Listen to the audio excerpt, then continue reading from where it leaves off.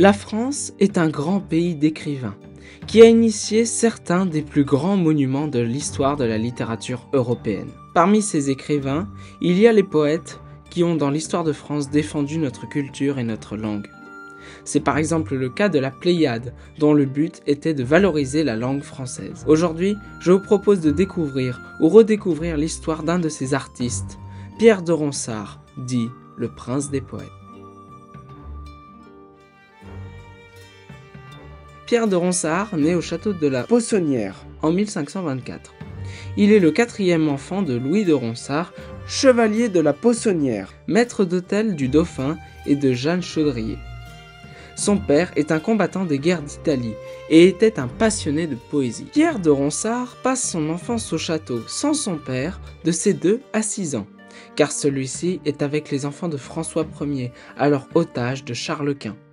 Dès l'âge de 5 ans, Pierre de Ronsard reçoit l'enseignement d'un précepteur, Jean Ronsard, qui est peut-être son oncle. Il reçoit une initiation aux auteurs latins et Jean Ronsard, à sa mort, lui lègue sa bibliothèque.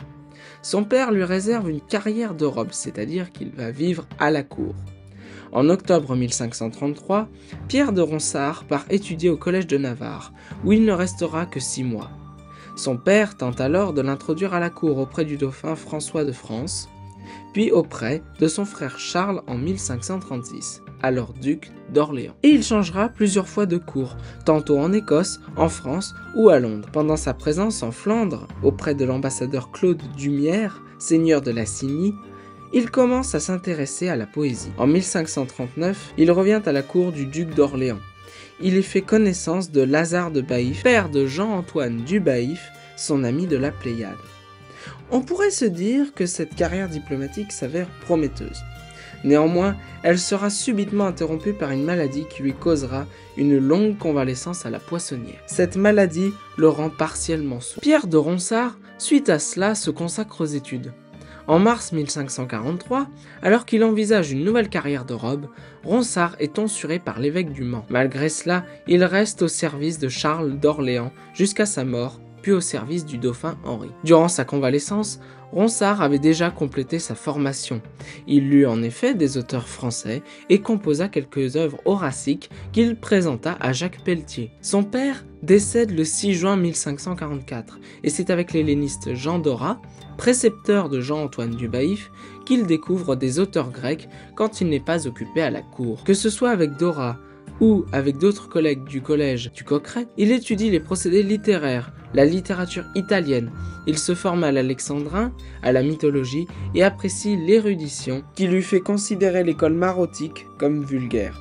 Si encore de nos jours Pierre de Ronsard est connu, c'est surtout grâce à sa participation au groupe de la Pléiade, un groupe de poètes ayant pour but de faire rayonner la langue française face à la langue italienne. C'est au collège de Coqueret ou dans les maisons de Nicolas Hélin que s'unissent les futurs poètes de la Pléiade, à ce moment appelée la Brigade. En 1547, Pierre de Ronsard rencontre Joachim du Bellay, dont j'ai consacré une vidéo. Je vous invite à aller la voir. Encore très célèbre aujourd'hui pour son poème « Heureux qui comme Ulysse », symbole du patriotisme présent dans la Pléiade. Toujours en 1547, Ronsard voit pour la première fois une de ses odes horaciques publiées dans les œuvres poétiques de Jacques Pelletier. Autour de Ronsard, du Bellay, du Baïf et Dorat se rassemblent. En 1548, la publication de Thomas Sébillet de son art jugé polémique, car insuffisamment novateur pour les poètes de la Pléiade, précipite la publication de leur manifeste. Afin d'exposer les principes de la Pléiade,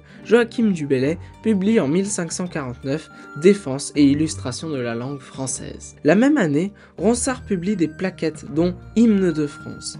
Néanmoins, son premier grand succès est Les Odes, où il s'attaque à l'école marotique. Les 4 premiers livres paraissent en 1550. À cause de la critique présente dans ses ouvrages, les Odes sont mal perçus à la cour où domine l'école moratique. Il reçoit tout de même quelques critiques enthousiastes de la part de ses admirateurs, qui le qualifient de Pindare français.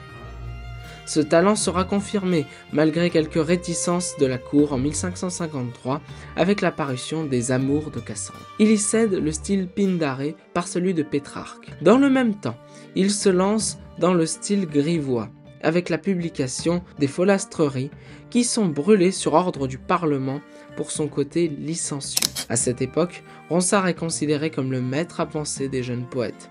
C'est là qu'il tire son titre de prince des poètes. En 1554, l'Académie des Jeux Floraux de Toulouse le récompense d'une églantine pour son excellence et rare savoir, pour l'honneur et ornement qu'il avait procuré à la poésie française. L'année suivante, ce prix est transformé en une minerve d'argent d'une grande valeur. En 1555, Ronsard sort une continuation des amours et une nouvelle continuation des amours l'année suivante. Afin de remercier son mécène Jean de Brinon, Ronsard fait de lui le héros des Mélanges de 1555 qu'il lui dédicace. Puis il commence à rédiger les hymnes, dont l'hymne de l'Hercule chrétien, destiné au cardinal de Châtillon qu'il a toujours encouragé.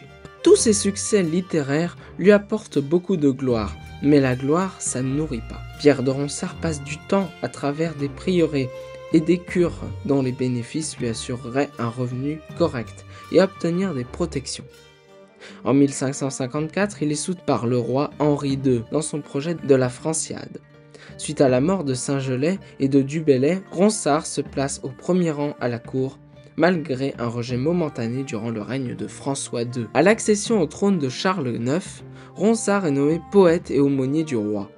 Il publie en 1560 une édition collective de ses œuvres qui le consacre à sa gloire. Ainsi, avec ce titre, il écrit pour le jeune prince une institution pour l'adolescence de Charles IX, poème didactique. Il rédige des discours, organise des fêtes, rédige des élégies et des poèmes de circonstance. Lorsque les guerres de religion éclatent, Pierre de Ronsard se retranche auprès du catholicisme. Il s'éloigne ainsi de ses anciens amis protestants comme Odet de Châtillon ou Rémy Belot. En 1563, il écrit « Discours des misères de ce temps », puis une continuation des misères de ce temps et remontrance au peuple de France, puis une réponse aux injures et calomnies de je ne sais quel prédicant et ministre de Genève. Ceux-ci l'avaient attaqué sur sa défense du catholicisme. Enfin, pour régler ses comptes avec ses détracteurs protestants, il publie les Nouvelles Poésies. En 1564, Charles IX organise une grande tournée de réconciliation. À cette occasion, Ronsard organise de grandes fêtes. En 1565, il publie un nouveau recueil, Élégies, mascarades et bergeries. La même année, en récompense de ses services, Charles IX lui offre le prieuré de Saint-Cosme, puis celui de Croixval à Ternay en 1566. Même s'il reste aumônier du roi jusqu'en 1571, il en profite pour s'éloigner un peu de la cour afin de pratiquer le jardinage, travailler à la publication et corriger ses œuvres. Il publie Abrégé de l'art poétique français et continue son œuvre sur la Franciade. Sa publication, en 1572, est un échec. Cela est expliqué par l'emploi du décasyllabe et un récit qui relève trop de la mythologie et non de l'histoire. Cela n'est plus au goût du jour. La fin de la vie de Pierre de Ronsard est marquée par la mort de nombre de ses amis et par la maladie. Il prend tout de même le temps de publier certaines œuvres. On retrouve Sonnet pour Hélène, un ensemble de pièces destinées au roi, appelé Bocage royal. Il retravaille ses poèmes en corrigeant le style avant de décéder de la goutte dans la nuit du 27 au 28 décembre 1585. Il était entouré de ses amis Jean Gaillard, Claude Biret et Jacques-David du Perron. Il est enseveli dans la crypte de l'église de son prieuré Saint-Cosme, aujourd'hui en ruine. 2 mois plus tard, il reçoit un hommage officiel à Paris. Les funérailles solennelles sont célébrées au collège de Biencourt le 24 février 1586. Toute la cour s'y presse, à tel point que certains nobles renoncent à y aller. Je ne peux terminer cette vidéo sans vous lire un poème de Pierre de Ronsard. Celui-ci s'intitule « Il faut laisser maisons et vergers et jardins ». C'est mon favori. Il faut laisser maisons et vergers et jardins, vaisselles et vaisseaux que l'artisan burine, et chanter son obsèque en la façon du cygne, qui chante son trépas sur les bords méandrins. C'est fait, j'ai dévidé le cours de mes destins. J'ai vécu, j'ai rendu mon nom assez insigne. Ma plume vole au ciel pour être quelque signe, loin des appâts mondains qui trompent les plus fins. Heureux qui ne fut oncle, plus heureux qui retourne, en rien comme il était, plus heureux qui séjourne, d'homme fait nouvel ange auprès de Jésus-Christ, laissant pourrir sa bas sa dépouille de boue, dont le sort, la fortune et le destin se jouent, franc des liens du corps pour n'être qu'un esprit.